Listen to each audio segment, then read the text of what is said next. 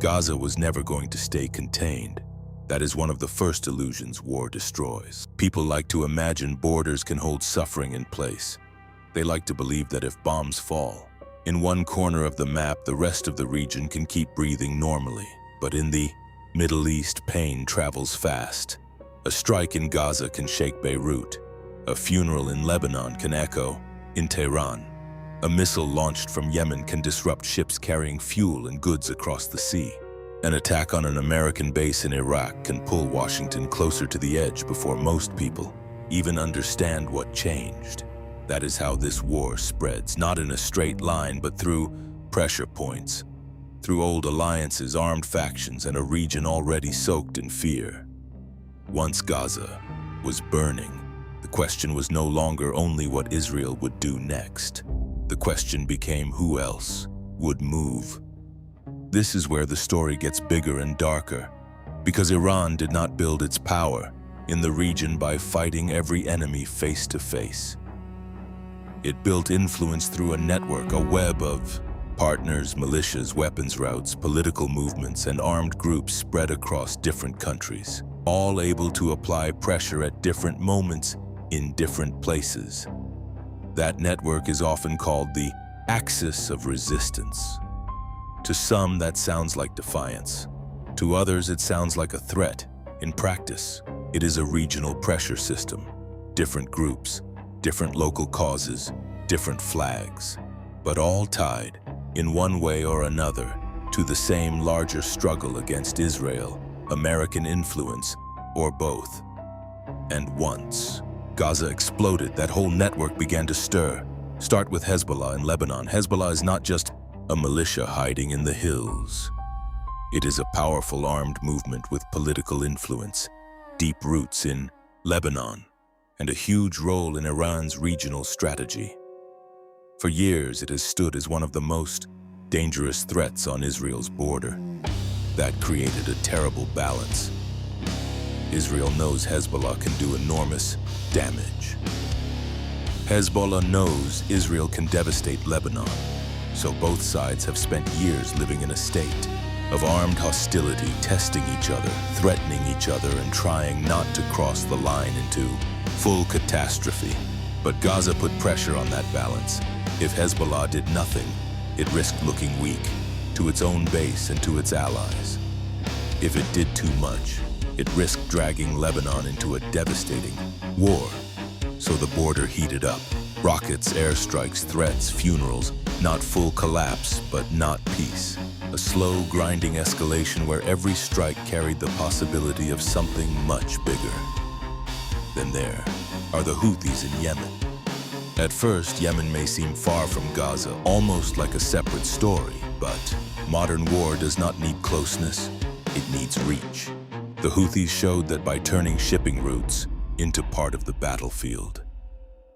Suddenly, this was not only about rockets and rubble, it was about trade, oil, global supply lines, and the waterways that connect continents.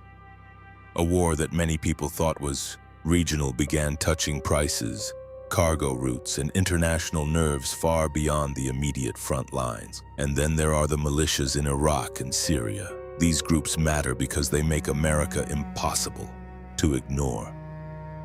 The United States has troops, bases, aircraft, alliances, and military infrastructure spread across the region. So when Iran-backed militias strike American positions, the war stops being a distant crisis and becomes a direct problem for Washington.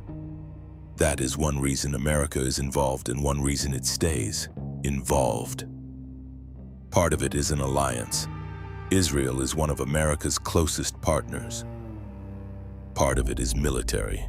Reality is United States forces are already in the region, which makes them targets when tensions rise. Part of it is strategy. Washington does not want Iran or the armed groups tied to it to become powerful enough to threaten American troops, close key shipping routes, or make United States promises to allies look weak. And part of it is the oldest reason big powers get pulled into wars. Once their people, bases, ships, or credibility are on the line, stepping back becomes politically and strategically harder. So while Israel fought, in Gaza the wider board began to fill. Hezbollah on one front, the Houthis on another, militias targeting United States interests. Iran is watching, calculating, signaling America, moving ships, weapons, and warnings into place. By this point, it is no longer honest to call this one war. It is a cluster of conflicts feeding each other. And the most dangerous part is that no one fully controls where it goes next. Israel may think it is restoring security. Hezbollah may think it is showing strength without triggering total ruin. Iran may think it is applying pressure without inviting direct disaster. America may think it is containing the fire. But war has a cruel habit of escaping the plans of the people fueling it. One strike kills the wrong commander. One missile hits the wrong building. One attack kills American troops. One leader decides backing down looks weaker than gambling on escalation. And suddenly what was supposed to be pressure becomes ignition. Underneath all the politics, the human cost keeps spreading quietly and fast. A child in Gaza is sleeping through explosions. A family in northern Israel running for shelter. Parents in southern Lebanon are wondering if the next strike will hit their street.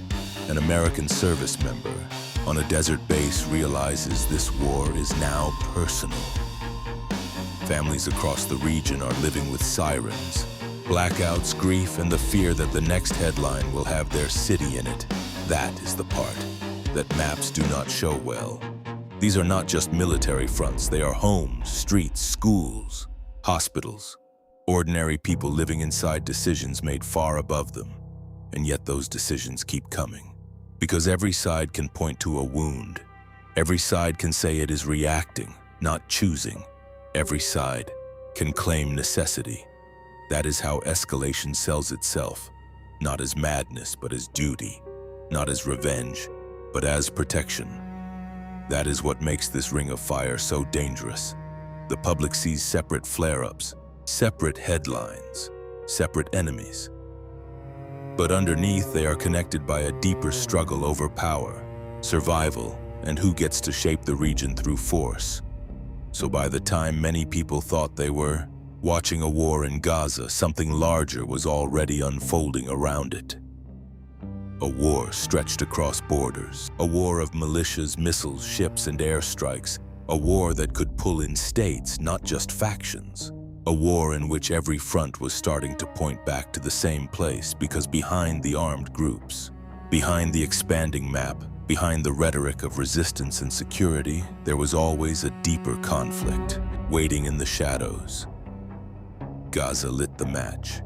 The region caught fire, but the hands closest to the flame were always somewhere else, and in the next part, those hands stepped fully into view.